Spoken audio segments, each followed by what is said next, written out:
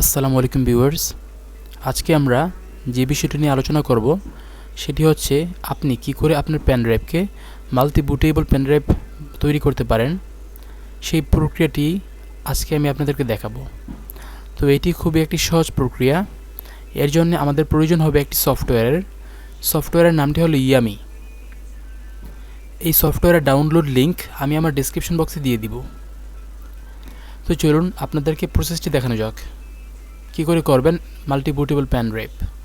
তো আমি প্রথমেই আপনারা দেখতে পাচ্ছেন আমার স্ক্রিনে ইয়ামি সফটওয়্যারটি রয়েছে। তো আমি এটি ওপেন করছি। এটি ওপেন করার সাথে সাথে এটি আমার কাছ থেকে পারমিশন চাইবে। দেখুন এখন আমি ইয়েস করে দিচ্ছি। হ্যাঁ, এরপর আমার সামনে এরকম একটি উইন্ডো ওপেন হবে। উইন্ডো ওপেন হওয়ার পর উপরে যে অপশনটি আছে সেখান থেকে আমি আমার যে পেন ড্রাইভটি সেটি সিলেক্ট করে দিব। দেখুন আমি সিলেক্ট করে দিলাম। এরপর এখানে আমি NTFS মোডে টিক মার্ক করে দিলাম, কারণ আমি চাচ্ছি আমার মেমোরিটি ফরম্যাট হয়ে NTFS মোডে থাকুক।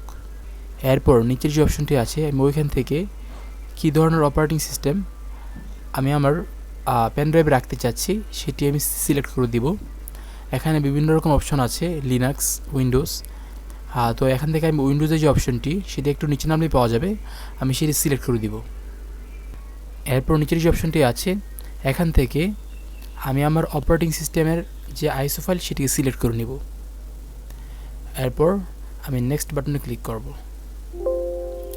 এখানে আমাকে ওয়ার্নিং দেওয়া হচ্ছে যে আমার যে পেন ড্রাইভটি সেটি ফরম্যাট হয়ে যাবে। তো আমার পেন ড্রাইভে তেমন কোনো ইম্পর্টেন্ট ফাইল নেই, তার জন্য আমি এটা ইয়েস করে দিব। আপনারা দেখতে পাচ্ছেন প্রসেসটি চলছে। আমাদের ভিডিওটি যাতে খুব বেশি লম্বা হয়ে না যায় তার জন্য আমি এর কিছু অংশ কেটে দিব।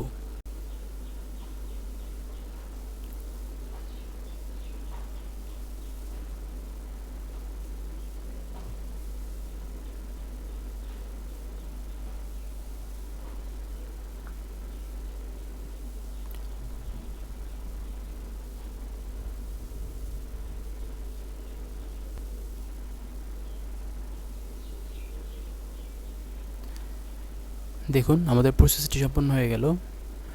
আমাদের পেন ড্রাইভটি এখন হয়ে গেল মাল্টিবুটেবল একটি পেন ড্রাইভ।